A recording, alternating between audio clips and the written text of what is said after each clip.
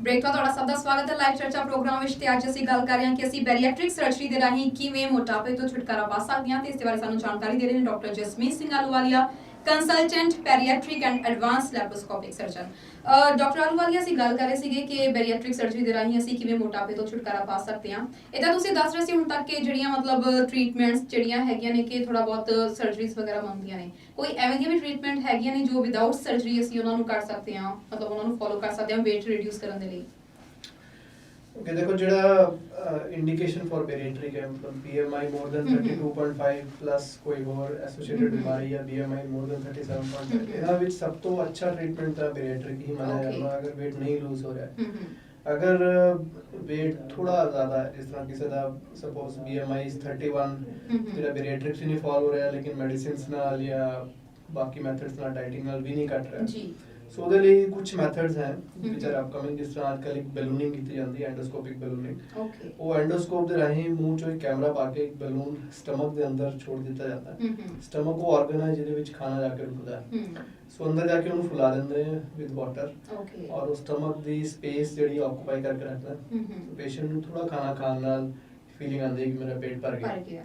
ਪਰ ਉਹਦੀ ਪ੍ਰੋਬਲਮ ਇਹ ਹੈ ਕਿ it can be placed for 6 months to 12 months 12 ਮਹੀਨੇ ਤੋਂ ਜ਼ਿਆਦਾ ਨਹੀਂ ਰੱਖ ਸਕਦੇ। ਥੋੜਾ ਰਿਸਕ ਵਾਲਾ ਕੰਮ ਹੋ ਜਾਏ ਇਹਦੇ ਵਿੱਚ। ਰਿਸਕ ਇਜ਼ देयर ਬਟ 12 ਮਹੀਨੇ ਤੋਂ ਬਾਅਦ ਉਹ ਕੱਢਣਾ ਹੀ ਪਏਗਾ। ਸੋ ਇੱਕ ਵਾਰੀ ਉਹ ਰਿਮੂਵ ਹੋ ਗਿਆ ਤਾਂ ਫਿਰ ਤੁਹਾਡਾ ਸਟਮਕ ਦਾ ਸਾਈਜ਼ ਜਿਸ ਤਰ੍ਹਾਂ ਪਹਿਲਾਂ ਸੀਗਾ ਉਨਾ ਹੀ ਹੈ ਦੁਬਾਰਾ। ਹੁਣ ਤੁਹਾਡੇ ਤੇ ਉਸ ਤੋਂ ਬਾਅਦ ਕਿ ਤੁਸੀਂ ਇਹਨੂੰ ਕਿਸ ਤਰ੍ਹਾਂ ਮੇਨਟੇਨ ਕਰਨਾ। ਔਰ ਇਹ ਐਕਸਪੈਂਸਿਵ ਵੀ ਹੈ ਬਲੂਨ ਦੀ cost is more than 1 lakh Indian rupees. Okay so ਕੁਝ ਲੋਕ हैं ਜਿਹੜੇ ਟੋਲਰੇਟ ਕਰਦੇ हैं। ਕੁਝ ਪੇਸ਼ੈਂਟਸ ਚ ਬਲੂਨ ਅੰਦਰ ਪਾਉਣ ਤੋਂ ਬਾਅਦ ਬਹੁਤ ਸਿਵੀਅਰ ਵੋਮਿਟਿੰਗ ਜਾਂ ਨਾਜ਼ੀਆ ਵੋਮਿਟਿੰਗ ਵਰਗੀ ਫੀਲਿੰਗ ਆਉਂਦੀ ਹੈ। कुछ पेशेंट्स से करना भी बनता है आफ्टर फ्यू डेज वो टॉलरेट नहीं कर पाते जी। सो जिस तरह से टाइम जाएगा मे बी ਹੋਰ ਨਵੇਂ ਬਲੂਨਸ ਆਣਗੇ ਜਿਹੜੇ ਸ਼ਾਇਦ ਹੋਰ ਸਕਸੈਸਫੁਲ ਹੋਣ ਜੀ। ਮਤਲਬ ਕਿ ਇਹਨਾਂ ਦਾ ਰਿਜ਼ਲਟ ਜਿਹੜਾ ਉਹ ਬਾਕੀ ਸਾਡੇ ਤੇ ਡਿਪੈਂਡ ਕਰਦਾ ਹੈ ਕਿ 12 ਮਹੀਨੇ ਤੋਂ ਬਾਅਦ ਇਹਨਾਂ ਨੂੰ ਕੱਢਣਾ ਪੈਣਾ ਹੈ। ਉਸ ਤੋਂ ਬਾਅਦ ਅਸੀਂ ਜਿਵੇਂ ਇਹਨਾਂ ਨੂੰ ਮਤਲਬ ਆਪਣੇ ਆਪ ਨੂੰ ਮੇਨਟੇਨ ਕਰਕੇ ਰੱਖਣਾ ਹੈ ਉਹ ਸਾਡੇ ਤੇ ਡਿਪੈਂਡ ਕਰਦਾ। ਜਿਵੇਂ ਕਿ ਅਸੀਂ ਬੈਰੀਐਟ੍ਰਿਕ ਸਰਜਰੀ ਦੀ ਗੱਲ ਕੀਤੀ ਹੈ ਉਹਦੇ ਵਿੱਚ ਕਮ ਸੇ ਕਮ ਸਾਨੂੰ ਲੌਂਗ ਟਾਈਮ ਦੇ ਵਿੱਚ ਰਿਜ਼ਲਟ ਦੇਖਣ ਨੂੰ ਮਿਲਦੇ ਆ। ਉਹਦੇ ਜੋ ਅਸੀਂ ਚੇਂਜ ਕਰਨਾ ਉਹ ਆਲਮੋਸਟ ਲਾਈਫ ਲੌਂਗ ਰਹਿਣਾ। ਸੋ पेशेंट एफर्ट और पेशेंट कमिटमेंट उतनी ज़्यादा प्रोबेबली रिक्वायर्ड नहीं है जितनी बलून ਲਈ ਹੈ ਜੀ। So but I think last at the end of the day ਜਿਹੜਾ ਡਿਸੀਜਨ ਹੈ that lies with the patient। patient ਕਿੰਨਾ ਮੋਟੀਵੇਟਡ ਹੈ ਉਹ ਹਰ ਪ੍ਰੋਸੀਜਰ ਨੂੰ ਸਾਡੇ ਕੋਲ ਆ ਕੇ ਅੱਛੀ ਤਰ੍ਹਾਂ ਸਮਝੇ ਜੀ। then patient decides ਕਿ ਮੈਂ ਇਹ ਕਰਵਾਉਣਾ ਜੀ।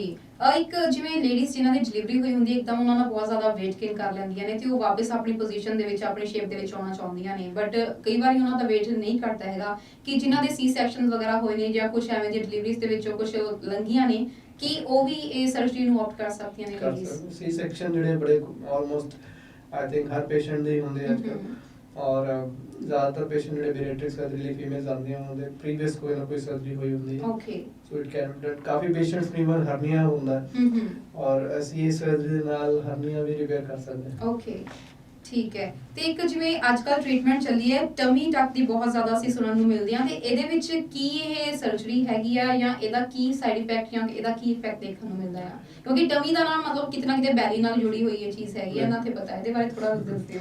ਟਮੀ ਟਕ ਬੇਸਿਕਲੀ ਜਿਹੜੀ ਸਾਡੇ ਐਬਡੋਮਨ ਲੋਅਰ ਪੇਟ ਦਾ ਜੋ ਹਿੱਸਾ ਹੈਗਾ ਉਹ ਹੈਂਗ ਕਰ ਰਿਹਾ ਹੈ ਤਾਂ ਉਹਨੂੰ ਅਸੀਂ ਐਕਸਰਸਾਈਜ਼ ਕਰਦੇ ਨੇ ਮਤਲਬ ਕੱਟ ਦਿੰਦੇ ਸੋ ਪੂਰੇ ਪੇਟ ਦੇ ਅਕ੍ਰੋਸ ਕੱਟ ਦੇ ਕੇ ਜਿੰਨਾ ਫालतू ਸਕਿਨ ਔਰ ਉਹਦੇ ਨਾਲ ਵੀ ਫੈਟ ਹੈ ਉਹਨੂੰ ਰਿਮੂਵ ਕਰ ਦਿੱਤਾ ਜਾਂਦਾ। ਓਕੇ ਇਹ ਅਸੀਂ ਕੁਝ ਬੈਰੀਐਟ੍ਰਿਕ ਪੇਸ਼ੈਂਟਸ ਦੇ ਬਾਅਦ ਆਫਟਰ ਬੈਰੀਐਟ੍ਰਿਕ ਕਰਦੇ ਹਾਂ। ਸਪੋਜ਼ ਕਿਸੇ ਦਾ weight 150 kg ਹੈ ਔਰ ਨਾਰਮਲ weight 80 kg ਹੀ ਹੈ ਜਦੋਂ ਇੰਨਾ weight ਲੂਜ਼ ਹੋਏਗਾ ਔਰ ਪੇਸ਼ੈਂਟ ਦੀ ਅਗਰ ਏਜ ਜ਼ਿਆਦਾ ਤਾਂ ਹੋ ਸਕਦਾ ਕੁਝ ਸਕਿਨ ਜਿਹੜੀ ਹੈ ਉਹ ਨੀਚੇ ਫਾਲ ਹੋਵੇ ਜੀ।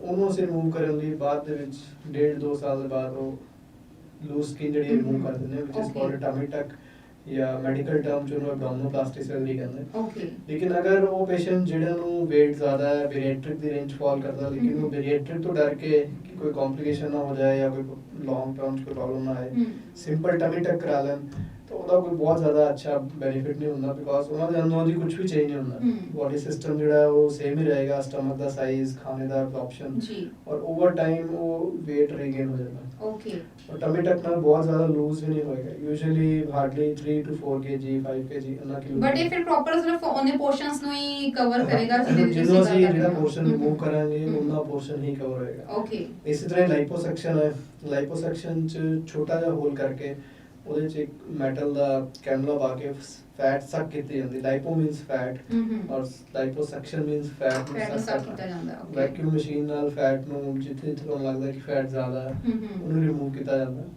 But again the thing is ਕਿ ਬਹੁਤ ਜ਼ਿਆਦਾ ਨਹੀਂ ਕੱਟ ਸਕਦੇ, 5-7 ਕਿਲੋ ਮੈਕਸਿਮਮ ਇੰਨਾ ਫੈਟ ਰਿਮੂਵ ਕੀਤਾ ਜਾਂਦਾ। ਮਤਲਬ ਓਵਰਆਲ ਅਸੀਂ ਗੱਲ ਕਰੀਏ ਤਾਂ ਬੈਰੀਐਟ੍ਰਿਕ ਸਰਜਰੀ ਹੀ ਸਭ ਤੋਂ ਕਾਮਯਾਬ ਆ, ਕਿਉਂਕਿ ਇਹਦੇ ਵਿੱਚ ਅਸੀਂ ਮੈਕਸਿਮਮ ਤੋਂ ਮੈਕਸਿਮਮ weight ਆ ਜਿਹੜਾ ਆਪਣਾ ਘਟਾ ਸਕਦੇ ਆ ਸਰਜਰੀ ਦੇ ਰਾਹੀਂ। ਇਹ ਨਹੀਂ ਕਿ ਕਾਮਯਾਬ ਹੈ, ਇਟ ਡਿਪੈਂਡਸ ਕਿ ਤੁਹਾਡਾ BMI ਕਿੰਨਾ ਹੈ। ਅਗਰ ਤੁਹਾਡਾ BMI ਬੈਰੀਐਟ੍ਰਿਕ ਸਰਜਰੀ ਦੀ ਰੇਂਜ 'ਚ ਫਾਲ ਕਰ ਰਿਹਾ ਹੈ ਜੀ, ਫਿਰ ਉਸ ਤੋਂ ਘੱਟ ਸਰਜਰੀਜ਼ ਕਰਵਾ ਕੇ, ਲਾਈਪੋਸੈਕਸ਼ਨ ਕਰਵਾ ਕੇ ਜਾਂ ਟਮੀ ਟਕ ਕਰਵਾ ਕੇ ਫਾਇਦਾ ਨਹੀਂ ਹੋਏਗਾ।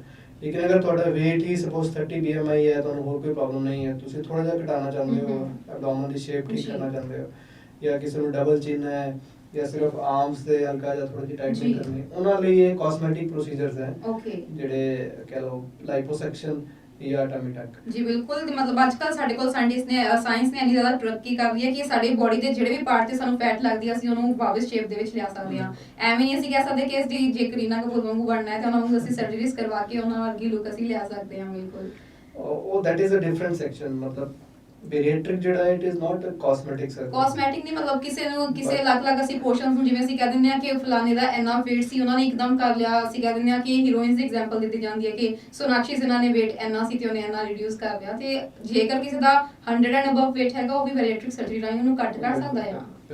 ਬਿਲਕੁਲ, ਉਹਦੇ ਵਿੱਚ ਉਹਨਾਂ ਨੂੰ ਕਿਤੇ ਨਾ ਕਿਤੇ ਕਾਮਯਾਬੀ ਹਾਸਲ ਹੋ ਸਕਦੀ ਹੈ ਤੇ ਉਹ ਵੀ ਕਿਤੇ ਨਾ ਕਿਤੇ ਵਾਪਸ ਆਪਣੀ ਸ਼ੇਪ ਵਿੱਚ ਆ ਕੇ ਬਿਲਕੁਲ ਆਪਣੀ ਇੱਕ ਅੱਛੀ ਲੁੱਕ ਲਿਆ ਸਕਦੇ ਨੇ। ਸੋ ਉਵੇਂ ਦੀ ਕੋਈ ਜ਼ਿਆਦਾ ਭਾਵਨਾ ਲਿਆਉਣ ਦੀ ਲੋੜ ਨਹੀਂ ਹੈ ਕਿ ਜੇਕਰ ਤੁਸੀਂ ਮੋਟੇ ਹੋ ਤਾਂ ਤੁਸੀਂ ਪਤਲੇ ਨਹੀਂ ਹੋ ਸਕਦੇ। ਅੱਜ ਕੱਲ੍ਹ ਸਾਇੰਸ ਨੇ ਬਹੁਤ ਤਰੱਕੀ ਕਰ ਲਈ ਹੈ ਤੇ ਬਹੁਤ ਜ਼ਿਆਦਾ ਆਪਸ਼ਨਸ ਅਵੇਲੇਬਲ ਹੈਗੇ ਨੇ, ਤੁਹਾਡਾ weight ਜਿਹੜਾ ਆ ਉਹ ਘੱਟ ਸਕਦਾ ਆ। ਇਸ ਤੋਂ ਇਲਾਵਾ ਡਾਕਟਰ ਸਾਹਿਬ ਮਾਰਕੀਟ ਦੇ ਵਿੱਚ ਵੀ ਬਹੁਤ ਸਾਰਾ ਫੂਡ ਸਪਲੀਮੈਂਟਸ ਬਹੁਤ ਜ਼ਿਆਦਾ ਅਵੇਲੇਬਲ ਹੋ ਰਹੇ ਨੇ। ਲੋਕੀ ਬਿਨਾਂ ਸੋਚੇ ਸਮਝੇ ਲੈਣਾ ਇਹਨਾਂ ਨੂੰ ਸ਼ੁਰੂ ਕਰ ਦਿੰਦੇ ਨੇ ਕਿ ਹਾਂ ਸ਼ਾਇਦ ਇਹ ਖਾਣ ਦੇ ਨਾਲ ਸਾਨੂੰ ਫਾਇਦਾ ਹੋ ਜਾਏਗਾ, ਇੱਕ ਦੂਜੇ ਦੀ ਰੀਸ ਦੇ ਵਿੱਚ ਖਾਣਾ ਸ਼ੁਰੂ ਕਰ ਦਿੰਦੇ ਨੇ। ਇਹਨਾਂ ਦਾ ਕਿੰਨਾ ਕੁ ਅਸਰ ਵੈਸੇ ਵਾਕਈ ਦੇਖਣ ਨੂੰ ਮਿਲਦਾ ਹੈ ਇਹਨਾਂ ਦਾ ਅਸਰ? ਇਹ ਵੀ ਅਗੇਨ ਸੇਮ ਥਿੰਗ ਕਿ ਇਹਨਾਂ ਦਾ ਅਸਰ 5 ਤੋਂ 10% ਤੱਕ weight lose ਕਰਨ ਤੇ ਹੈ, ਇਸ ਤੋਂ ਜ਼ਿਆਦਾ ਨਹੀਂ। ਸੋ ਜਿਹੜੇ ਪੇਸ਼ੈਂਟ ਸਾਡੇ ਕੋਲ ਇਸ ਕੈਟੇਗਰੀ 'ਚ ਫਾਲ ਕਰਦੇ ਆ ਲੈਸ ਦੈਨ BMI 32.5, ਉਹਨਾਂ 'ਚ ਅਸੀਂ ਵੀ ਫੂਡ ਸਪਲੀਮੈਂਟਸ ਦਿੰਦੇ ਹਾਂ ਕਿ 1 ਜਾਂ 2 ਡਾਈਟਸ ਜਿਹੜੀਆਂ ਮਿਸ ਕਰਕੇ ਇਹ ਸਪਲੀਮੈਂਟ ਲਓ। It is not actually supplement, it is used as a replacement. ਤੁਸੀਂ ਲੰਚ ਨਹੀਂ ਕਰਨਾ, ਇਹਨੂੰ ਰਿਪਲੇਸ ਕਰਕੇ ਪਾਊਡਰ ਲੈਣਾ ਹੈ, ਜਾਂ ਡਿਨਰ ਨਹੀਂ ਕਰਨਾ, ਇਹਨੂੰ ਰਿਪਲੇਸ ਕਰਕੇ ਇਹਦੀ ਜਗ੍ਹਾ ਪਾਊਡਰ ਲੈਣਾ। ਪਾਊਡਰ ਜਿਹੜਾ ਉਹ it is rich in proteins ਤੇ ਉਹਦੇ ਵਿੱਚ ਫੈਟ ਔਰ ਕਾਰਬੋਹਾਈਡਰੇਟਸ ਦੀ ਕੁਆਂਟੀਟੀ ਘੱਟ ਹੁੰਦੀ। ਸੋ ਉਹਦੇ ਨਾਲ ਜਿਹੜੀ ਹੈ ਬੋਡੀ ਦੀ ਪ੍ਰੋਟੀਨ ਦੀ ਕੁਆਂਟੀਟੀ ਬਣੀ ਰਹਿੰਦੀ ਹੈ ਔਰ ਕੈਲੋਰੀਜ਼ ਘੱਟ ਜਾਂਦੀਆਂ ਜੀ। ਤੇ ਬਈ ਜਿਵੇਂ ਜਿਮ ਵਿੱਚ ਵੀ ਜਾਂਦੇ ਨੇ ਜਿਹੜੇ ਐਕਸਰਸਾਈਜ਼ ਕਰਦੇ ਨੇ ਤੇ ਉਹਨਾਂ ਨੂੰ ਉੱਥੇ ਮਤਲਬ ਪ੍ਰੋਟੀਨ ਪਾਊਡਰਸ ਵਗੈਰਾ ਦਿੱਤੇ ਜਾਂਦੇ ਨੇ, ਸ਼ੇਕਸ ਵਗੈਰਾ ਦਿੱਤੇ ਜਾਂਦੇ ਨੇ, ਬਟ ਜਦੋਂ ਜਿਮ ਛੱਡ ਦਿੰਦੇ ਨੇ ਕਿਤੇ ਨਾ ਕਿਤੇ ਉਹਨਾਂ ਦੀ ਬੋਡੀ ਵਿੱਚ ਫਲਾਵਟ ਦੇਖਣ ਨੂੰ ਮਿਲਦੀ ਆ ਉਹਦੇ ਸ਼ੇਕਸ ਵਗੈਰਾ ਦੀ ਜਦੋਂ ਇਨਟੇਕ ਕਰਦੇ ਨੇ ਉਹ। ਤੇ ਉਵੇਂ ਦੇ ਫਿਰ ਪੇਸ਼ੈਂਟਸ ਦਾ ਤੁਹਾਡੇ ਕੋਲ ਜਦੋਂ ਕੋਈ ਆਉਂਦਾ ਐਵੇਂ ਦਾ ਜਿਹੜਾ ਜਿਮ ਦੇ ਵਿੱਚ ਜਾ ਕੇ ਜਾਂ ਕੁਝ ਐਵੇਂ ਦਾ ਇਨਟੇਕ ਕਰਕੇ ਐਵੇਂ ਦੇ ਪਾਊਡਰਸ ਵਗੈਰਾ ਸਪਲੀਮੈਂਟਸ ਵਗੈਰਾ ਖਾ ਕੇ ਉਹਨਾਂ ਦਾ weight ਵੱਧ ਜਾਂਦਾ, ਫਿਰ ਉਹਨਾਂ ਨੂੰ ਤੁਸੀਂ ਕੀ ਮਤਲਬ ਸੁਜੈਸਟ ਕਰਦੇ ਹੋ?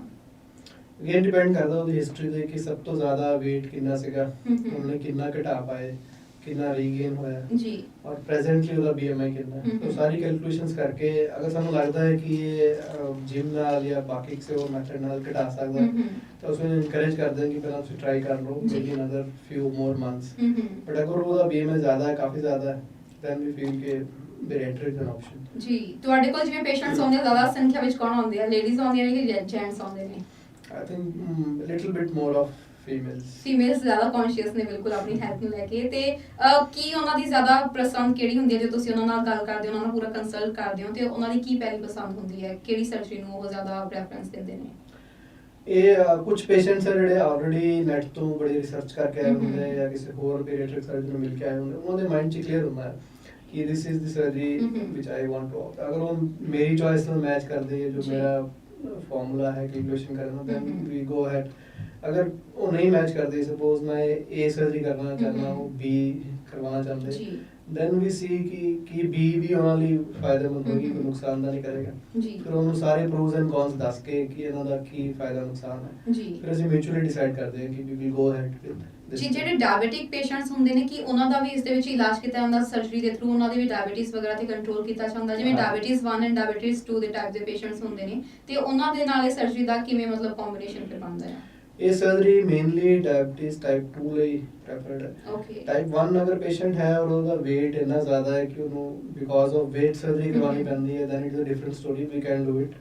ਲੇਕਿਨ ਟਾਈਪ 2 ਡਾਇਬੀਟਿਕਸ ਦੇ ਵਿੱਚ ਇਹਦਾ ਕਾਫੀ ਜ਼ਿਆਦਾ ਰੋਲ ਹੈ, ਕਿਉਂਕਿ ਟਾਈਪ 2 ਡਾਇਬੀਟਿਸ ਜ਼ਿਆਦਾਤਰ ਪੇਸ਼ੈਂਟਸ 'ਚ ਠੀਕ ਹੋ ਜਾਂਦੀ ਹੈ, ਰਿਜ਼ੋਲਵ ਹੋ ਜਾਂਦੀ ਹੈ।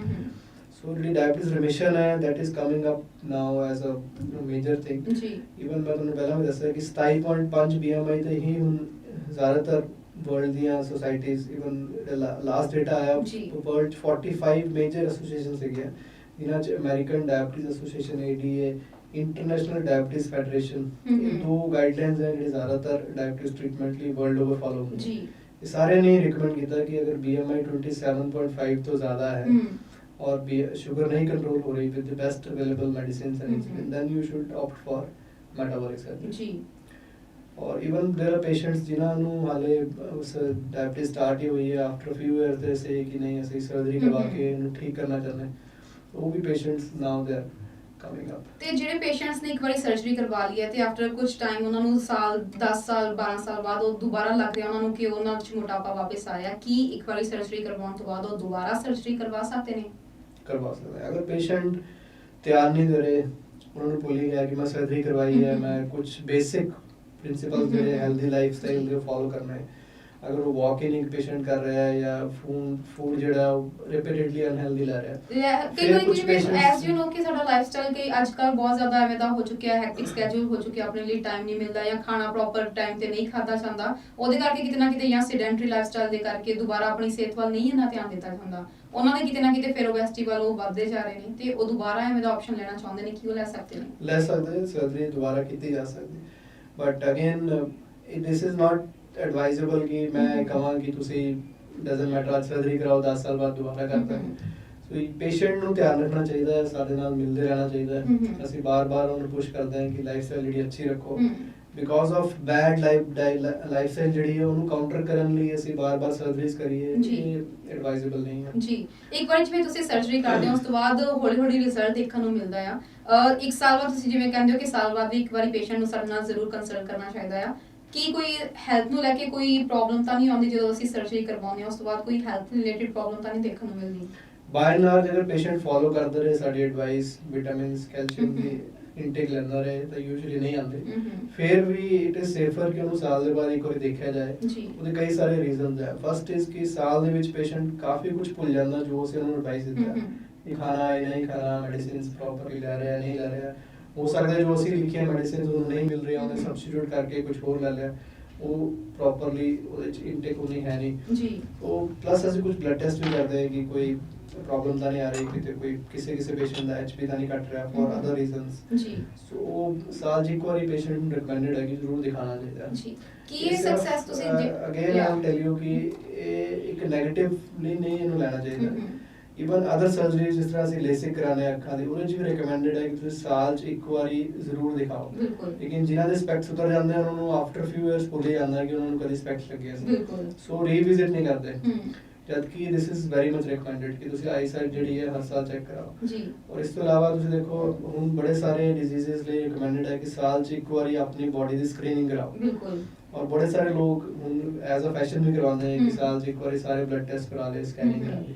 ਉਹੀ ਚੀਜ਼ ਅਸੀਂ ਕਰ ਰਹੇ ਹਾਂ, ਵੀ ਨਾਟ ਆਸਕਿੰਗ ਸਮਥਿੰਗ ਸਪੈਸ਼ਲ, ਜਸਟ ਦੀ ਰੂਟੀਨ। ਬਿਲਕੁਲ, ਜਿਵੇਂ ਹੁਣ ਤੁਸੀਂ ਦੇਖ ਰਹੇ ਹੋ ਪੇਸ਼ੈਂਟਸ ਵੀ ਅੱਜਕੱਲ ਵੈਸੇ ਬਹੁਤ ਜ਼ਿਆਦਾ ਅਵੇਅਰ ਹੋ ਚੁੱਕੇ ਨੇ ਆਪਣੀ ਹੈਲਥ ਨੂੰ ਲੈ ਕੇ, ਤੇ ਜਿਵੇਂ ਕੱਲ ਤੱਕ ਐਵੇਂ ਦੀਆਂ ਸਰਜਰੀ ਸੁਣਨ ਨੂੰ ਵੀ ਨਹੀਂ ਮਿਲਦੀਆਂ ਸੀ, ਤੇ ਅੱਜਕੱਲ ਪੇਸ਼ੈਂਟਸ ਖੁਦ ਇਹਨਾਂ ਦੀ ਸਰਚ ਮਾਰਦੇ ਨੇ, ਪ੍ਰੋਪਰ ਡਾਕਟਰਸ ਨਾਲ ਜਾ ਕੇ ਕੰਸਲਟ ਕਰਦੇ ਨੇ। ਤੇ ਆਉਣ ਵਾਲੇ ਟਾਈਮ ਦੇ ਵਿੱਚ ਤੁਸੀਂ ਇਹਨਾਂ ਸਰਜਰੀਜ਼ ਦਾ ਕੀ ਫਿਊਚਰ ਦੇਖਦੇ ਹੋ, ਕਿਉਂਕਿ ਜਿਵੇਂ ਅਸੀਂ ਕਹਿ ਰਹੇ ਹਾਂ ਕਿ ਇੰਡੀਆ ਇੱਕ ਮੈਡੀਕਲ ਹੱਬ ਬਣ ਚੁੱਕਿਆ, ਤੇ ਇਹ ਸਰਜਰੀਜ਼ ਦਾ ਅੱਗੇ ਆਉਣ ਵਾਲੇ ਟਾਈਮ ਦੇ ਵਿੱਚ ਕੀ ਫਿਊਚਰ ਹੈ? ਫਿਊਚਰ ਬੈਟਰ ਹੀ ਹੈ। Every year number of surgeries ਜਿਹੜੀਆਂ ਉਹ ਹੋਰ ਇੰਪਰੂਵ ਹੋ ਰਹੀਆਂ। ਪਹਿਲਾਂ ਆਪਸ਼ਨ ਨਹੀਂ ਸੀਗੀ, ਬਹੁਤ ਸਾਰੇ ਪੇਸ਼ੈਂਟ ਜਿਹੜੇ ਇਵਨ ਫੀਮੇਲਸ ਪ੍ਰੈਗਨੈਂਸੀ ਦੇ ਟਾਈਮ ਤੇ ਫੈਟ ਹੋਈਆਂ, ਉਸ ਤੋਂ ਬਾਅਦ they will till the end of their life they will remain obese ਜੀ। ਔਰ ਹੁਣ ਇਵਨ ਯੰਗ ਪੋਪੂਲੇਸ਼ਨ 'ਚ ਵੀ ਕਾਫੀ ਅਵੇਅਰਨੈਸ ਹੈ ਕਿ ਬੜੇ ਸਾਰੇ ਆਪਸ਼ਨਸ ਅਵੇਲੇਬਲ ਹੈ, ਔਰ ਇਹਦੇ ਬਿਕੋਜ਼ ਰਿਜ਼ਲਟਸ ਹੁਣ ਪਿਛਲੇ ਇੰਨੇ ਸਾਲਾਂ ਤੋਂ ਕਰ ਰਹੇ ਹਾਂ ਤਾਂ ਰਿਜ਼ਲਟਸ ਬੜੇ ਅੱਛੇ ਹੈ ਜੀ। So definitely every year number of people who are adapting paediatric surgery are growing. ਇੱਕ ਤਾਂ ਤੁਸੀਂ ਹੁਣੀ ਗੱਲ ਕੀਤੀ ਸੀ, ਤੁਸੀਂ ਦੱਸਿਆ ਸੀ ਕਿ ਜਿਹੜੇ ਅਨਮੈਰਿਡ ਲੋਕੀ ਨੇ ਉਹ ਇਹ ਸਰਜਰੀ ਨੂੰ ਆਪਟ ਕਰਦੇ ਆ, ਅੱਗੇ ਜਾ ਕੇ ਉਹਨਾਂ ਦਾ ਜ਼ਿਆਦਾ ਸਗੋਂ ਸਟੈਮਿਨਾ ਬਿਲਡ ਹੁੰਦਾ ਆ। ਇੱਕ ਏਜ ਤੋਂ ਬਾਅਦ, ਇੱਕ ਪ੍ਰੋਪਰ ਏਜ ਲਿਮਿਟ ਤੋਂ ਬਾਅਦ, ਜਦੋਂ ਜਿਵੇਂ ਕੋਈ ਥੋੜਾ ਏਜਡ ਹੋ ਰਿਹਾ 50+ ਤੇ ਉਹਨਾਂ ਨੂੰ ਆਬਵੀਅਸ ਜ਼ਿਆਦਾ ਮੋਟਾਪੇ ਦੇ ਕਰਕੇ ਨੀਸ ਪ੍ਰੋਬਲਮ ਜਾਂ ਕੁਝ ਐਵੇਂ ਦੀਆਂ ਪ੍ਰੋਬਲਮਸ ਹੋਣੀਆਂ ਸਟਾਰਟ ਹੋ ਜਾਂਦੀਆਂ ਨੇ। ਤੇ ਜਦੋਂ ਉਹ ਵਾਲੇ ਪੇਸ਼ੈਂਟਸ ਤੁਹਾਡੇ ਕੋਲ ਆਉਂਦੇ ਨੇ ਫਿਰ ਤੁਸੀਂ ਉਹਨਾਂ ਨੂੰ ਕੀ ਰਿਕਮੈਂਡ ਕਰਦੇ ਹੋ, ਕਿਉਂਕਿ ਮੋਟਾਪੇ ਦੇ ਕਰਕੇ ਕਿਤੇ ਨਾ ਕਿਤੇ ਅੱਗੇ ਜਾ ਕੇ ਥੋੜੀਆਂ ਕਹਿ ਦਿੰਦੇ ਆ ਜਿਵੇਂ ਬੋਨਸ ਵੀਕ ਹੋਣੀਆਂ ਸਟਾਰਟ ਹੋ ਜਾਂਦੀਆਂ ਨੇ ਤੇ ਅਸੀਂ ਆਪਣਾ ਭਾਰ ਪ੍ਰੋਪਰ ਨਹੀਂ ਆਪਣੇ ਪੈਰਾਂ ਤੇ ਚੱਲ ਪਾਉਂਦੇ, ਫਿਰ ਐਵੇਂ ਦੇ ਪੇਸ਼ੈਂਟਸ ਦੇ ਲਈ ਕੀ ਆਪਸ਼ਨਸ ਅਵੇਲੇਬਲ ਨੇ? ਅਗੇਨ ਸੇਮ ਕਿ ਇਹਨਾਂ ਦੇ ਪੇਸ਼ੈਂਟਸ ਅਗਰ ਸਪੋਜ਼ ਕੋਈ 50 ਪਲੱਸ ਹੈ, ਉਹਦੇ ਨੀ ਜੁਆਇੰਟਸ ਨਹੀਂ ਕੰਮ ਕਰ ਰਹੇ ਤਾਂ ਆਰਥੋਪੈਡਿਸ਼ਨ ਜਿਹੜੇ ਡਾਕਟਰਸ ਹੈ ਉਹ ਰਿਕਮੈਂਡ ਕਰਦੇ ਹੈ ਕਿ ਜੁਆਇੰਟਸ ਰਿਪਲੇਸ ਕਰਨ ਤੋਂ ਪਹਿਲਾਂ ਬੈਰੀਐਟ੍ਰਿਕ ਸਰਜਰੀ ਕਰਾਓ ਅਗਰ ਤੁਸੀਂ ਉਸ ਕੈਟਾਗਰੀ 'ਚ ਫਾਲ ਕਰਦੇ ਹੋ, ਕਿਉਂਕਿ weight ਇੰਨਾ ਜ਼ਿਆਦਾ ਹੈ ਤਾਂ ਨਵੇਂ ਜਿਹੜੇ ਜੁਆਇੰਟਸ ਪੈਣਗੇ ਉਹ ਵੀ ਕੰਮ ਨਹੀਂ ਕਰਨਗੇ ਪ੍ਰੋਪਰਲੀ, ਉਹਨਾਂ ਦੀ ਲਾਈਫ ਘਟ ਜਾਏਗੀ। ਸੋ ਉਹਨਾਂ 'ਚ ਵੀ ਇਹ ਸਰਜਰੀ ਕੀਤੀ ਜਾਂਦੀ ਹੈ ਔਰ ਦੇਖਿਆ ਜਾਂਦਾ ਕਿ ਬਹੁਤ ਸਾਰੇ ਪੇਸ਼ੈਂਟਸ ਨੂੰ ਉਸ ਤੋਂ ਬਾਅਦ ਜੁਆਇੰਟ ਰਿਪਲੇਸਮੈਂਟ ਦੀ ਜ਼ਰੂਰਤ ਨਹੀਂ ਪੈਂਦੀ ਜਾਂ ਬਹੁਤ ਸਾਰੇ ਸਾਲ ਉਹਨਾਂ ਨਿਕਲ ਜਾਂਦੇ ਆ ਵਿਦਆਊਟ ਨੀ ਰਿਪਲੇਸਮੈਂਟ। ਜੀ, ਤੇ ਉਹਨਾਂ ਦੀ ਸਕਸੈਸ ਰੇਸ਼ੋ ਕਿੰਨੀ ਹੈ? ਜਿਵੇਂ ਅਸੀਂ ਕਹਿੰਦੇ ਹਾਂ ਕਿ ਜਦੋਂ ਅਸੀਂ ਮਤਲਬ ਥੋੜੀ ਟੀਨੇਜ ਵਿੱਚ ਜਿਮ ਜਾਂਦੇ ਤਾਂ ਅਸੀਂ ਜਲਦੀ weight reduce ਕਰ ਲੈਂਦੇ, ਮੈਟਾਬੋਲਿਜ਼ਮ ਸਾਡਾ ਉਸ ਅਕੋਰਡਿੰਗ ਹੁੰਦਾ ਹੈ, ਬਟ ਜਦੋਂ ਅਸੀਂ ਥੋੜੀ ਜੀ 40 ਸਾਲ ਤੋਂ ਬਾਅਦ ਜਿਵੇਂ ਵਗੈਰਾ ਕਰਦੇ ਹਾਂ ਤੇ ਉਦੋਂ ਇੰਨੀ ਛੇਤੀ ਅਸੀਂ ਨਹੀਂ ਰਿਕਵਰ ਕਰ ਪਾਉਂਦੇ। ਜੇ ਅਸੀਂ ਗੱਲ ਕਰੀਏ ਬੈਰੀਐਟ੍ਰਿਕ ਸਰਜਰੀ ਦੀ ਤਾਂ ਇੱਕ ਏਜਡ ਪਰਸਨ ਜਦੋਂ ਇਹ ਸਰਜਰੀ ਕਰਵਾਉਂਦਾ ਹੈ ਤਾਂ ਕਿੰਨੀ ਜਲਦੀ ਉਹਨੂੰ ਰਿਜ਼ਲਟ ਦੇਖਣ ਨੂੰ ਮਿਲਦੇ ਆ? ਰਿਜ਼ਲਟ ਆਰ ਓਕੇ, ਬਟ ਬਹੁਤ ਜ਼ਿਆਦਾ ਡਿਫਰੈਂਸ ਨਹੀਂ ਹੈ between young and old, but ਅਗਰ ਓਵਰਆਲ ਲਗਾਓ ਤਾਂ suppose for a given height किसी की 5-7 हाइट है और नॉर्मल वेट से अराउंड 70 kg है तो यंग पॉपुलेशन ज़्यादा एंथुसियाज्म होता है कि मैं अगर 100 kg या 120 है आई शुड कम टू 70 या even 65 because you are young ਤੁਸੀਂ ਐਕਸਰਸਾਈਜ਼ ਕਰ ਸਕਦੇ ਹੋ। ਉਹੀ ਅਗਰ ਤੁਸੀਂ ਐਲਡਰਲੀ ਪੇਸ਼ੈਂਟ ਲਓ ਜਿਹੜਾ 60 ਇਅਰਸ ਦਾ ਆਲਰੇਡੀ, ਉਹਦੇ ਲਈ ਫਰਮ 120 ਟੂ 80 ਵੀ there will be a big relief ਜੀ, ਉਹਨੂੰ ਬੜਾ ਬੈਟਰ ਫੀਲ ਹੋਏਗਾ, ਉਹਦੇ ਸਾਰੇ ਸਿਸਟਮਸ ਬੈਟਰ ਕੰਮ ਕਰਨ ਲੱਗ ਜਾਣਗੇ। So they accept a little higher weight as compared to younger population. Okay. So even though ਤੁਸੀਂ ਕਹੋ ਕਿ maybe 10-20% ਦਾ ਫਰਕ ਵੀ ਹੋਏਗਾ ਤਾਂ ਵੀ ਉਹਨਾਂ ਪੇਸ਼ੈਂਟਸ ਲਈ ਉਹਨਾਂ weight loss ਵੀ ਬਹੁਤ ਮਾਇਨੇ ਰੱਖਦਾ, ਬਹੁਤ ਅਚੀਵੇਬਲ ਹੈ ਉਹਨਾਂ ਦੀ। ਹਾਂ, ਜਾਂ ਉਹਨਾਂ ਡਾਇਬੀਟੀਜ਼ ਠੀਕ ਹੋ ਗਈ, ਹਾਈ ਬੀਪੀ ਠੀਕ ਹੋ ਗਿਆ, ਜੁਆਇੰਟ ਪੇਨਸ ਠੀਕ ਹੋ ਗਈਆਂ ਜੀ, ਚੱਲਣਾ ਫਿਰਨਾ ਸੌਖਾ ਹੋ ਗਿਆ, ਸਾਹ ਚੜਦਾ ਸੀ ਉਹ ਠੀਕ ਹੋ ਗਿਆ ਜੀ, then they're happy।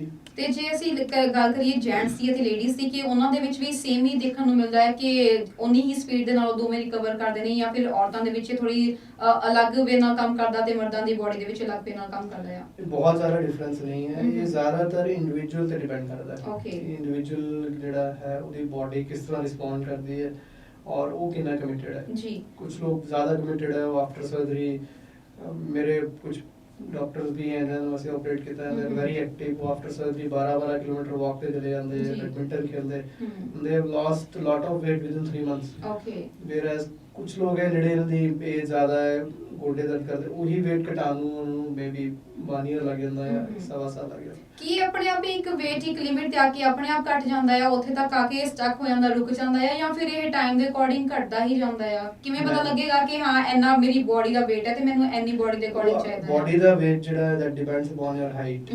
ਜਿੰਨਾ ਸਾਡਾ ਨਾਰਮਲ weight ਹੈ ਯੂਜੂਅਲੀ ਉੱਥੇ ਆ ਕੇ weight loss ਰੁਕ ਜਾਂਦਾ। ਓਕੇ, ਸੋ ਇਸ ਤਰ੍ਹਾਂ ਨਹੀਂ ਹੈ ਕਿ ਉਹ ਡਾਊਨ ਹੋ ਜਾਂਦਾ ਹੈ, ਕਿਉਂਕਿ ਬਹੁਤ ਸਾਰੇ ਪੇਸ਼ੈਂਟਸ ਨੂੰ ਇਦਾਂ ਹੁੰਦਾ ਹੈ ਕਿ ਜੇ ਮੈਂ ਸਰਜਰੀ ਕਰਵਾ ਲਈ ਹੈ ਤੇ ਮੈਂ 3 ਮਹੀਨੇ ਦੇ ਵਿੱਚ ਜੇ 10 ਕਿਲੋ weight ਘੱਟ ਕਰ ਲਿਆ ਵਾ ਤੇ ਕਿਤੇ ਇਹ ਨਾ ਹੋਵੇ ਕਿ ਅੱਗੇ ਜਾ ਕੇ ਮੈਨੂੰ ਹੋਰ ਜ਼ਿਆਦਾ weight reduce ਕਰਕੇ ਕੋਈ ਪ੍ਰੋਬਲਮਸ ਵਗੈਰਾ ਫੇਸ ਕਰਨੀਆਂ ਪੈਣ। ਪਹਿਲੇ ਮਹੀਨਿਆਂ 'ਚ weight ਜਿਹੜਾ ਉਹ ਜ਼ਿਆਦਾ ਸਪੀਡ ਨਾਲ ਘਟਦਾ, ਅੱਗੇ ਜਾ ਕੇ ਉਹਦੀ weight ਘਟਣ ਦੀ ਸਪੀਡ ਜਿਹੜੀ ਉਹ ਘਟਦੀ ਜਾਂਦੀ ਹੈ, ਸੋ ਆਫਟਰ ਵਾਈਲ ਜਿਹੜਾ ਹੈ ਸਟੇਬਲਾਈਜ਼ ਹੋ ਜਾਂਦਾ ਹੈ। ਤੇ ਜਿਵੇਂ ਜਿਹੜੇ ਟੀਨੇਜ ਦੇ ਵਿੱਚ ਹੈਗੇ ਨੇ ਤੇ ਉਹ ਇਸ ਸਰਜਰੀ ਨੂੰ ਆਪਟ ਕਰਨਾ ਚਾਹੁੰਦੇ ਨੇ, ਅਗੇਨ BMI ਉਹਨਾਂ ਦਾ ਦੇਖ ਕੇ ਤੁਸੀਂ ਉਹਨਾਂ ਨੂੰ ਸੁਜੈਸਟ ਕਰਦੇ ਹੋ। ਇਸ ਤੋਂ ਇਲਾਵਾ ਉਹਨਾਂ ਦੇ ਜਿਹੜੇ ਟੀਨੇਜ ਵਿੱਚ ਹੈਗੇ ਨੇ ਉਹਨਾਂ ਦੇ ਤੁਸੀਂ ਕੀ ਰਿਜ਼ਲਟਸ ਮਤਲਬ ਪਹਿਲਾਂ ਉਸ ਤੋਂ ਪਹਿਲਾਂ ਕੀ ਟੈਸਟ ਕਰਵਾਉਂਦੇ ਹੋ? ਕਿਸੇ ਵੀ ਸਰਜਰੀ ਤੋਂ ਪਹਿਲਾਂ ਕੁਝ ਰੂਟੀਨ ਟੈਸਟ ਕੀਤੇ ਜਾਂਦੇ ਨੇ ਜਿਨ੍ਹਾਂ 'ਚ ਬਲੱਡ ਕਿੰਨਾ ਹੈ, ਹੀਮੋਗਲੋਬਿਨ ਕਿੰਨਾ ਹੈ, ਬਲੱਡ ਗਰੁੱਪ ਕੀ ਹੈ, ਵਾਇਰਲ ਮਾਰਕਰਸ, ਕਿਡਨੀ ਦੇ, ਲਿਵਰ ਦੇ ਟੈਸਟ, ਕੋਲੇਸਟ੍ਰੋਲ, ਇਹ ਰੂਟੀਨ ਟੈਸਟ ਸਾਰੇ ਕੀਤੇ ਜਾਂਦੇ ਨੇ। ਪੇਟ ਦਾ ਸਕੈਨਿੰਗ, ਐਕਸ-ਰੇ, ਛਾਤੀ ਦਾ ECG, यूजुअली हार्ट ਦੀ ਇਕੋਕਾਰਡੀਓਗ੍ਰਾਫੀ, ਫਿਰ ਇੱਕ ਐਂਡੋਸਕੋਪੀ, ਕਿਉਂਕਿ ਸਿਸਟਮਕ ਤੇ ਸਰਜਰੀ ਕਰਨੀ ਹੈ, ਸਟਮਕ ਨੂੰ ਸਕਰੀਨਿੰਗ, ਐਂਡੋਸਕੋਪੀ, ਐਟਲੀਸਟ ਇੰਨੇ ਟੈਸਟ ਮਿਨੀਮਮ ਹੈ। ਓਕੇ, ਉਸ ਤੋਂ ਇਲਾਵਾ ਅਗਰ ਕਿਸੇ ਨੂੰ ਕੋਈ ਸਪੈਸਿਫਿਕ ਪ੍ਰੋਬਲਮ ਹੈ, ਲੈਗਸ ਦੀ ਸੂਜਨ ਜ਼ਿਆਦਾ ਹੈ, ਦੈਨ ਉਹਨਾਂ ਦੇ ਟੈਸਟ ਅਲੱਗ ਹੈ। Okay, depending on that. Okay, ਤੇ ਜਿਹੜੇ ਥਾਇਰਾਇਡ ਦੇ ਪੇਸ਼ੈਂਟਸ ਨੇ ਜਿਨ੍ਹਾਂ ਦਾ ਥਾਇਰਾਇਡ ਦੇ ਕਰਕੇ weight ਜ਼ਿਆਦਾ ਹੋ ਗਿਆ ਵਾ ਤੇ ਉਹ ਥਾਇਰਾਇਡ ਤੇ ਉਹਨਾਂ ਦੀ ਆਲਰੇਡੀ ਮੈਡੀਸਨ ਚੱਲ ਰਹੀ ਆ ਬਟ ਉਹਨਾਂ ਦਾ ਨਹੀਂ ਫਰਕ ਪੈ ਰਿਹਾ ਹੈਗਾ ਤੇ ਉਹਨਾਂ ਦਾ weight ਜਿਹੜਾ ਉਹ ਉੱਥੇ ਹੀ ਸਟਕ ਹੈ ਜਾਂ ਉਸ ਤੋਂ ਵੱਧ ਰਿਹਾ ਵਾ, ਤੇ ਫਿਰ ਉਹਨਾਂ ਦੇ ਲਈ ਬੈਰੀਐਟ੍ਰਿਕ ਸਰਜਰੀ ਕਿਵੇਂ ਕੰਮ ਕਰਦੀ ਹੈ ਕਿ ਉਹਨਾਂ ਦੇ ਥਾਇਰਾਇਡ ਤੇ ਵੀ ਇਸ ਨਾਲ ਕੰਟਰੋਲ ਪਾਇਆ ਜਾ ਸਕਦਾ ਹੈ? ਥਾਇਰਾਇਡ ਨੂੰ ਬੈਰੀਐਟ੍ਰਿਕ ਐਸ ਸੱਚ ਕਿਉਂ ਨਹੀਂ ਕਰਦਾ। ਓਕੇ, ਲੇਕਿਨ ਕਿਉਂਕਿ ਆਫਟਰ ਸਰਜਰੀ weight ਘਟੇਗਾ ਤਾਂ ਜਿਸ ਤਰ੍ਹਾਂ weight ਘਟਦਾ ਜਾਏਗਾ ਉਹਨਾਂ ਦੀ ਬੋਡੀ ਦੀ ਥਾਇਰੋਇਡ ਦੀ ਰਿਕੁਆਇਰਮੈਂਟ ਘਟਦੀ ਜਾਏਗੀ। ਸੋ ਯੂਜੂਅਲੀ ਥਾਇਰੋਇਡ ਜਿੰਨੀ ਉਹ ਟੈਬਲੇਟ ਲੈ ਰਹੇ ਉਹਦੀ ਡੋਜ਼ ਘਟ ਜਾਏਗੀ ਜੀ। ਅਸੀਂ ਐਵਰੀ ਫਿਊ ਮੰਥਸ ਬਾਰ-ਬਾਰ ਥਾਇਰੋਇਡ ਦੇ ਟੈਸਟ ਕਰਵਾ ਕੇ ਦੇਖਦੇ ਅਗਰ ਲੱਗਦਾ ਹੈ ਕਿ ਹੁਣ ਡੋਜ਼ ਜ਼ਿਆਦਾ ਹੈ ਤਾਂ ਉਹਨੂੰ ਥੋੜਾ ਜਿਹਾ ਘਟਾ ਦਿੰਦੇ ਜੀ। पर ये नहीं होएगा कि थायराइड बिल्कुल ठीक हो जाएगा। और थायराइड की मेडिसिन जड़ी है it's a very simple medicine, रोज एक टैबलेट लेनी है, जिसका कोई खास साइड इफेक्ट भी नहीं है। सो पॉइंट इज कि अगर इनका वेट इतना ज्यादा है कि बैरिएट्रिक सर्जरी की कैटेगरी फेल करता है, फॉल करता है, तो वो विदाउट सर्जरी weight घटा ही नहीं सकते। लेकिन अगर ਅਸੀਂ ਸਰਜਰੀ ਕਰ ਦਿੰਦੇ ਆ ਤਾਂ they have a chance ਕਿ they can come back to their normal life। Okay, ਤੇ ਜਿਹੜੇ ਪੇਸ਼ੈਂਟਸ ਜਿਵੇਂ ਬੀਪੀ ਦੇ ਪੇਸ਼ੈਂਟਸ ਹੋ ਗਏ ਜਿਨ੍ਹਾਂ ਦਾ ਬੀਪੀ ਬਹੁਤ ਹਾਈ ਹੁੰਦਾ ਆ ਜਾਂ ਫਿਰ ਜਿਨ੍ਹਾਂ ਦੇ ਕੋਲੇਸਟ੍ਰੋਲ ਦੀ ਪ੍ਰੋਬਲਮ ਹੈ ਤੇ ਉਹਨਾਂ ਦੇ ਲਈ ਬੈਰੀਐਟ੍ਰਿਕ ਸਰਜਰੀ ਕੀ ਅੱਛਾ ਆਪਸ਼ਨ ਹੈ? ਕਿਉਂਕਿ ਜਿਹੜੇ ਬੀਪੀ ਦੇ ਆਲਰੇਡੀ ਪੇਸ਼ੈਂਟਸ ਹੁੰਦੇ ਨੇ ਜਿਹਨਾਂ ਦਾ ਬੀਪੀ ਹਾਈ ਹੁੰਦਾ ਉਹਨਾਂ ਨੂੰ ਥੋੜਾ ਜਿਹਾ ਝਿਜਕ ਹੁੰਦੀ ਹੈ ਐਵੇਂ ਦੀਆਂ ਸਰਜਰੀਜ਼ ਵਗੈਰਾ ਕਰਵਾਉਣ ਤੋਂ ਜਾਂ ਕੋਈ ਵੀ ਸਰਜਰੀ ਕਰਵਾਉਣ ਤੋਂ ਪਹਿਲਾਂ ਉਹਨਾਂ ਨੂੰ ਕਿਹਾ ਜਾਂਦਾ ਕਿ ਨਾਰਮਲ ਬੀਪੀ ਕਰੋ ਤੁਸੀਂ, ਉਸ ਤੋਂ ਬਾਅਦ ਹੀ ਅਸੀਂ ਕਿਸੇ ਵੀ ਟ੍ਰੀਟਮੈਂਟ ਨੂੰ ਹੱਥ ਪਾਵਾਂਗੇ, ਤੇ ਉਹਨਾਂ ਪੇਸ਼ੈਂਟਸ ਲਈ ਫਿਰ ਤੁਸੀਂ ਉਹਨਾਂ ਨੂੰ ਕਿਵੇਂ ਆਪਟ ਕਰੋਗੇ ਇਸ ਸਰਜਰੀ ਨੂੰ? ਸਿਮਿਲਰਲੀ ਬਿਫੋਰ ਸਰਜਰੀ ਅਸੀਂ ਬੀਪੀ ਨਾਰਮਲ ਕਰਨ ਦੀ ਮੈਡੀਸਿਨਸ ਜਿਹੜੀਆਂ ਹਨ ਉਹ ਸਟਾਰਟ ਕਰਦੇ ਹਾਂ। ਜਦੋਂ ਬੀਪੀ ਨੀਅਰ ਨਾਰਮਲ ਆ ਜਾਂਦਾ ਹੈ then we do the surgery. ਜ਼ਿਆਦਾਤਰ ਪੇਸ਼ੈਂਟਸ ਉਸ ਤੋਂ ਬਾਅਦ ਬੀਪੀ ਕੰਟਰੋਲ ਹੋ ਜਾਂਦਾ ਔਰ ਬਹੁਤ ਸਾਰੇ ਪੇਸ਼ੈਂਟਸ ਸਾਰੀ ਦਵਾਈਆਂ ਵੀ ਬੰਦ ਹੋ ਜਾਂਦੀਆਂ। ਐਂਡ ਕੋਲੇਸਟ੍ਰੋਲ ਦੇ ਵਿੱਚ ਜਿਨ੍ਹਾਂ ਦੀ ਕੋਲੇਸਟ੍ਰੋਲ ਪ੍ਰੋਬਲਮ ਚੱਲ ਰਹੀ ਹੈ ਆਲਰੇਡੀ ਆਲਸੋ ਉਹ ਐਸ ਸੱਚ ਅਗਰ ਕੋਲੇਸਟ੍ਰੋਲ ਥੋੜਾ ਜ਼ਿਆਦਾ ਹੈ ਤਾਂ ਉਹ ਸਰਜਰੀ ਲਈ ਕੰਟਰਾਇੰਡੀਕੇਸ਼ਨ ਨਹੀਂ ਹੁੰਦਾ, ਲੇਕਿਨ ਆਫਟਰ ਸਰਜਰੀ ਕੋਲੇਸਟ੍ਰੋਲ ਵੀ ਘਟਦਾ ਜਾਂਦਾ ਹੈ। ਓਕੇ, ਤੁਸੀਂ ਸਰਜਰੀ ਕਰਵਾਉਣ ਤੋਂ ਪਹਿਲਾਂ ਇਹ ਜੀ ਕਿਹੜੀਆਂ ਮਤਲਬ ਟ੍ਰੀਟਮੈਂਟਸ ਦੇਖਦੇ ਹੋ ਕਿ ਪੇਸ਼ੈਂਟ ਦੇ ਕੋਲ ਫਿਲਹਾਲ ਇਸ ਵਗੈਰਾ ਟ੍ਰੀਟਮੈਂਟ ਦੀ ਜਾਂ ਇਹ ਵਾਲੀ ਮੈਡੀਸਿਨਸ ਨਾ ਚੱਲਦੀਆਂ ਹੋਣ ਤੇ ਉਹਨਾਂ ਪੇਸ਼ੈਂਟਸ ਨੂੰ ਥੋੜਾ ਜਿਹਾ ਅਵੋਇਡ ਕਰਨਾ ਚਾਹੀਦਾ ਹੈ? ਐਵੇਂ ਦੀ ਕਿਹੜੀਆਂ ਤੁਸੀਂ ਸੁਜੈਸਟ ਕਰੋਗੇ ਕਿ ਉਹ ਵਾਲੇ ਪੇਸ਼ੈਂਟਸ ਨੂੰ ਇਹਨਾਂ ਸਰਜਰੀਜ਼ ਤੋਂ ਥੋੜਾ ਜਿਹਾ ਅਵੋਇਡ ਕਰਨਾ ਚਾਹੀਦਾ ਆ? ਅਵੋਇਡ ਨਹੀਂ ਕਰਨਾ ਚਾਹੀਦਾ। ਅਗਰ ਕਿਸੇ ਨੂੰ ਕਿਸੇ ਦੇ ਸਟੈਂਟ ਪਿਆ ਜਾਂ ਹਾਰਟ ਬਾਈਪਾਸ ਹੋਇਆ ਜਾਂ ਫॉर ਐਨੀ ਅਦਰ ਰੀਜ਼ਨ ਉਹਨੂੰ ਬਲੱਡ ਥਿਨਰਸ ਚੱਲਦੇ ਓਕੇ ਉਹ ਇਹਨਾਂ ਇਸ ਤਰ੍ਹਾਂ ਦੇ ਪੇਸ਼ੈਂਟ ਨੂੰ ਅਸੀਂ ਡਾਕਟਰਸ ਕਾਰਡੀਓਲੋਜਿਸਟ ਮੈਡੀਸਿਨ ਦਿੰਦੇ ਹਾਂ ਕਿ ਤੁਹਾਡਾ ਖੂਨ ਜਿਹੜਾ ਥੋੜਾ ਪਤਲਾ ਰਹੇ। ਸੋ ਜਿਨ੍ਹਾਂ ਦਾ ਬਲੱਡ ਥਿਨਰ ਚੱਲਦੇ ਉਹ ਕਿਸੇ ਵੀ ਸਰਜਰੀ ਤੋਂ ਕੁਝ ਦਿਨ ਪਹਿਲਾਂ ਉਹ ਬੰਦ ਕਰਨੇ ਪੈਂਦੇ ਡਿਪੈਂਡਿੰਗ ਅਪਨ ਕਿ ਕਿਸ ਤਰ੍ਹਾਂ ਦੀ ਮੈਡੀਸਿਨ ਕਰ ਰਹੇ ਜੀ। ਸੋ ਅਸੀਂ ਜਾਂ ਤਾਂ ਮੈਡੀਸਿਨ ਚੇਂਜ ਕਰਦੇ ਹਾਂ ਜਾਂ ਉਹਨੂੰ ਲੋ ਡੋਜ਼ ਆਫ ਐਸਪਿਰਿਨ ਤੇ ਰੱਖ ਕੇ ਸਰਜਰੀ ਕਰਦੇ ਹਾਂ। ਤੇ ਜਿਵੇਂ ਤੁਹਾਡੇ ਕੋਲ ਪੇਸ਼ੈਂਟਸ ਆਉਂਦੇ ਨੇ ਤੇ ਫਿਰ ਜਦੋਂ ਸਰਜਰੀਜ਼ ਕਰਵਾ ਕੇ ਜਾਂਦੇ ਨੇ ਤੇ ਤੁਸੀਂ ਉਹਨਾਂ ਨੂੰ ਦੇਖਦੇ ਹੋ ਆਬਵੀਅਸ ਆ ਖੁਸ਼ੀ ਹੁੰਦੀ ਹੈ ਕਿ ਪੇਸ਼ੈਂਟ ਸੈਟੀਸਫਾਈ ਹੋ ਕੇ ਜਾਂਦੇ ਨੇ, ਪੇਸ਼ੈਂਟਸ ਦਾ ਕੀ ਉਸ ਵੇਲੇ ਤੁਹਾਡੇ ਨੂੰ ਲੈ ਕੇ ਕੀ ਬਿਹੇਵ ਹੁੰਦਾ ਹੈ, ਕੀ ਦੇਖਣ ਨੂੰ ਮਿਲਦਾ ਉਹਨਾਂ ਕੀ ਰਿਸਪੌਂਸ ਹੁੰਦਾ ਜਦੋਂ ਉਹਨਾਂ ਦਾ weight reduce ਹੁੰਦਾ ਹੈ? ਪੇਸ਼ੈਂਟਸ ਲਈ ਤਾਂ ਲਿਟਰਲੀ ਮੈਜਿਕ ਹੈ। ਓਕੇ, ਦੇ some of they do tell me ਕਿ ਸਾਨੂੰ ਤਾਂ ਜਾਦੂ ਹੀ ਲੱਗਦਾ ਹੈ because they never expected ਕਿ ਜੋ ਅਸੀਂ ਕਹਿ ਰਹੇ ਹਾਂ ਉਹ ਇੰਨਾ ਸੱਚ ਹੋਏਗਾ ਜੀ। ਜਸਟ ਸੀ ਕਿ ਕੋਈ ਪੇਸ਼ੈਂਟ ਜਿਹਦਾ weight 120 kg ਸੀਗਾ ਉਹ 75 ਤੇ ਆ ਗਿਆ, ਉਹਦੀ ਡਾਇਬੀਟੀਜ਼ ਸੀ 10 ਸਾਲ ਤੋਂ, ਬੀਪੀ 10 ਸਾਲ ਤੋਂ ਜ਼ਿਆਦਾ ਸੀ, ਉਹ ਖਤਮ ਹੋ ਗਿਆ, ਨਾਰਮਲ ਰੀਡਿੰਗ ਆ ਰਹੀ ਹੈ, ਕੋਲੇਸਟ੍ਰੋਲ, ਪੈਰਾਂ ਦਾ ਸੁੱਜਣਾ, ਸਾਹ ਚੜਨਾ ਇਹ ਸਭ ਠੀਕ ਹੋ ਗਿਆ। One surgery curing 10 diseases is miracle. Yeah ਬਿਲਕੁਲ ਤੁਸੀਂ ਬਹੁਤ ਸਹੀ ਗੱਲ ਕਹੀ ਹੈ ਤੇ ਸਾਡੇ ਅਸੀਂ ਆਪਣੇ ਪੇਸ਼ੈਂਟਸ ਨੂੰ ਦੱਸਣਾ ਚਾਹੁੰਦੇ ਹਾਂ ਜਿਹੜੇ ਕਿ ਮੋਟਾਪੇ ਤੋਂ ਪ੍ਰਭਾਵਿਤ ਨੇ ਤੇ ਉਹ ਆਪਣੀ weight reduce ਕਰਨਾ ਚਾਹੁੰਦੇ ਨੇ, ਜਿਮ ਵਿੱਚ ਬਹੁਤ ਜ਼ਿਆਦਾ ਮਿਹਨਤ ਕਰ ਰਹੇ ਨੇ ਪਰ ਉਹਨਾਂ ਦਾ weight reduce ਨਹੀਂ ਹੁੰਦਾ। ਇੱਕ ਵਾਰੀ ਤੁਸੀਂ ਜ਼ਰੂਰ ਡਾਕਟਰ ਆਲੀਓ ਵਾਲੀਆ ਦੇ ਨਾਲ ਸੰਪਰਕ ਕਰੋ, ਉਹਨਾਂ ਤੋਂ ਸਲਾਹ ਜ਼ਰੂਰ ਮੰਗੋ ਤਾਂ ਕਿ ਤੁਹਾਨੂੰ ਪਤਾ ਲੱਗ ਸਕੇ ਕਿ ਤੁਹਾਡਾ weight ਕਿਉਰ ਹੋ ਸਕਦਾ ਹੈ ਕਿ ਨਹੀਂ ਹੋ ਸਕਦਾ, ਤੁਸੀਂ ਵਾਪਸ ਆਪਣੀ ਸ਼ੇਪ ਵਿੱਚ ਆ ਸਕਦੇ ਹੋ ਕਿ ਨਹੀਂ ਆ ਸਕਦੇ। ਜਾਂਦੇ ਸਾਡੇ ਕੋਲ ਜ਼ਿਆਦਾ ਸਮਾਂ ਨਹੀਂ ਹੈ ਕਿ ਅਸੀਂ ਆਪਣੇ ਪੇਸ਼ੈਂਟਸ ਨੂੰ ਹੋਰ ਜ਼ਿਆਦਾ ਜਾਣਕਾਰੀ ਦੇ ਸਕੀਏ। ਤੁਸੀਂ ਸਾਡੇ ਪੇਸ਼ੈਂਟਸ ਨੂੰ ਕੋਈ ਵੀ ਟਿਪ ਦੇਣਾ ਚਾਹੋਗੇ ਜਾਂ ਕੁਝ ਕਹਿਣਾ ਚਾਹੋਗੇ ਤਾਂ ਪਲੀਜ਼ ਤੁਸੀਂ ਸਾਡੇ ਪੇਸ਼ੈਂਟ ਵੀਵਰਸ ਨੂੰ ਕਹਿ ਸਕਦੇ ਹੋ। ਟਿਪ ਇਹੀ ਹੈ ਕਿ ਜੋ ਮੈਂ ਤੁਹਾਨੂੰ ਕੈਟੇਗਰੀਜ਼ ਦੱਸੀਆਂ, ਅਗਰ ਤੁਹਾਡਾ BMI ਉਸ ਕੈਟੇਗਰੀ 'ਚ ਫਾਲ ਕਰਦਾ ਹੈ 32.5 ਪਲੱਸ, ਕੋਈ ਐਸੀ ਬਿਮਾਰੀ ਜਿਹੜੀ ਮੋਟਾਪੇ ਨਾਲ ਐਸੋਸੀਏਟਡ ਹੈ ਜਿਸ ਤਰ੍ਹਾਂ ਡਾਇਬੀਟੀਜ਼, ਬਲੱਡ ਪ੍ਰੈਸ਼ਰ, ਕੋਲੇਸਟ੍ਰੋਲ, ਜੋੜਾਂ ਦਾ ਦੁਖਣਾ, या BMI 37.5 ਤੋਂ ਜ਼ਿਆਦਾ ਹੈ, ਈਵਨ ਦੋ ਕੋਈ ਹੋਰ ਬਿਮਾਰੀ ਵੀ ਨਹੀਂ ਹੈ ਔਰ ਤੁਸੀਂ weight lose ਨਹੀਂ ਕਰ ਪਾ ਰਹੇ ਤਾਂ ਇੱਕ ਵਾਰੀ ਸਾਨੂੰ ਜ਼ਰੂਰ ਮਿਲੋ।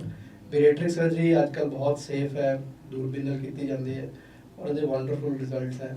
You can live a much better life. ਆਪਣੀ ਲਾਈਫ ਨੂੰ ਟਾਈਮਲੀ ਸਰਜਰੀ ਕਰਵਾ ਕੇ ਅਗਰ ਤੁਸੀਂ weight ਠੀਕ ਕਰਾ ਲੋਗੇ ਤਾਂ you will live a much healthier life. ਬਿਲਕੁਲ ਜੀ, ਹੁਣ ਜੇਕਰ ਤੁਸੀਂ ਮੋਟਾਪੇ ਤੋਂ ਪਰੇਸ਼ਾਨ ਹੋ ਤਾਂ ਬਹਿ ਕੇ ਉੱਥੇ ਜੀ ਟੈਨਸ਼ਨ ਲੈਣ ਦੀ ਲੋੜ ਨਹੀਂ ਹੈ ਕਿਉਂਕਿ ਬੈਰੀਐਟ੍ਰਿਕ ਸਰਜਰੀ ਅਵੇਲੇਬਲ ਹੈਗੀ ਹੈ ਮਾਰਕੀਟ ਦੇ ਵਿੱਚ ਤੇ ਤੁਸੀਂ ਆਪਣੇ ਆਪ ਨੂੰ ਵਾਪਸ ਖੂਬਸੂਰਤ ਵਾਪਸ ਸ਼ੇਪ ਦੇ ਵਿੱਚ ਪਾ ਸਕਦੇ ਹੋ। ਫਿਲਹਾਲ ਡਾਕਟਰ ਜਸਮੀਤ ਸਿੰਘ ਆਲੂਵਾਲੀਆ ਤੁਹਾਡਾ ਬਹੁਤ ਬਹੁਤ ਧੰਨਵਾਦ ਲਾਈਵ ਚਰਚਾ ਪ੍ਰੋਗਰਾਮ ਵਿੱਚ ਆ ਕੇ ਸਾਡੇ ਵੀਵਰਸ ਨੂੰ ਇੰਨੀ ਅੱਛੀ ਜਾਣਕਾਰੀ ਦੇਣ ਲਈ। Thank you very much. ਤੇ ਦੋਸਤੋ ਇਸੇ ਲਾਈਵ ਚਰਚਾ ਵਿੱਚ ਅੱਜ ਅਸੀਂ ਤੁਹਾਨੂੰ ਦੱਸਿਆ ਕਿ ਬੈਰੀਐਟ੍ਰਿਕ ਸਰਜਰੀ ਦੇ ਰਾਹੀਂ ਅਸੀਂ ਕਿਵੇਂ ਮੋਟਾਪੇ ਤੋਂ ਨਿਜਾਤ ਪਾ ਸਕਦੇ ਹਾਂ। ਫਿਲਹਾਲ ਦਿਓ ਇਜਾਜ਼ਤ, ਦੇਖਦੇ ਰਹੋ ਹਮਦਰਦ TV।